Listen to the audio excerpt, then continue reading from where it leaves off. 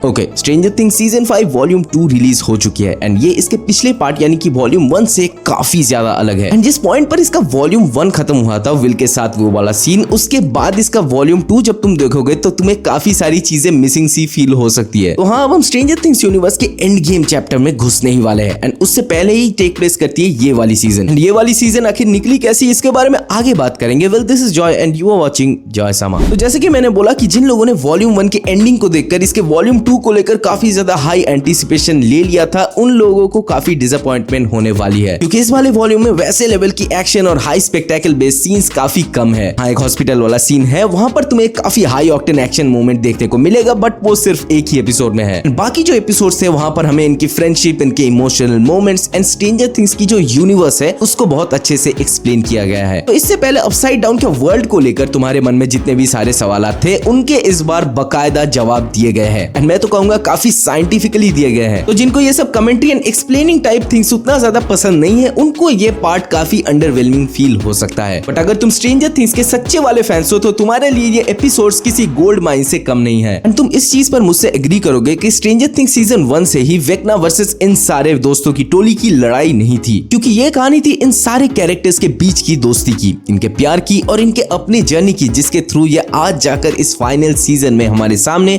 एक develop character की तरह फील होते हैं। विल, माइक, डस्टिन, 11 सबकी एक अपनी जर्नी होती है जो अब जाकर एक फाइनल कंक्लूजन पर पहुंचने वाली है। इवन इसके फाइनल एपिसोड में विल को एक काफी अच्छा एंड इमोशनल मोमेंट दिया गया है, जो विल के कैरेक्टर के लिए तो एक काफी इंपॉर्टेंट एंड रिवीलिंग मोमेंट था। उसके मन के अंदर इतने सालों तक जो सारी चीजें दबी हुई थी वो अब जाकर सबके सामने रिलीज होती है। एंड विल के कैरेक्टर को जिन्होंने प्ले किया है यानी कि नोआ शनैप, मुझे तो लग रहा था कि वो खुद उन डायलॉग्स में अपनी बात कर रहे हैं। वो वाला मोमेंट तो इस वॉल्यूम का मेरा सबसे फेवरेट मोमेंट था यार। पिछले वॉल्यूम के एंड में आखिर में विल ने ही बाजी मारी थी और इस बार भी वही बाजी मार के चला गया। जहाँ पर पिछले वॉल्यूम में सारे कैरेक्टर्स अलग अलग जगह पर थे एंड हमें उनकी स्टोरी साइमल्टेनियसली देखने को मिल रही थी, इस बार जाकर वो कहीं पर कलेक्टिवली हमें देखने को मिलती है, जिससे हमें ये भी पता चल रहा है कि डफर ब्रदर्स हमें इसके एंड गेम के लिए प्रिपेयर कर रहे हैं। तुम अगर इस वॉल्यूम को ध्यान से देखोगे भी तो तुम्हें यहाँ पर बहुत सारे डेथ्स के हिंट भी मिल जाएंगे, जो तो 2-3 नोटिस हो भी गई, बट यहाँ पर मैं रिवील नहीं करूंगा। एंड तुमने अगर इस वॉल्यूम को अभी तक नहीं देखा तो मैं ऑब्वियसली तुम्हें रेकमेंड करूंगा कि फाइनल वॉल्यूम जब रिलीज होगी उससे ठीक पहले इस वॉल्यूम को तुम देखना, क्योंकि ये वाली वॉल्यूम काफी डायलॉग हेवी और इमोशनल जर्नी को फॉलो करती है, तो तुम्हें ये थोड़ी ड्रैग्ड या फिर स्ट्रेच्ड फील हो सकती है। इसको जिस पार्ट पर एंड किया गया है भाई साहब, अगर ना ही देखता तो अच्छा होता।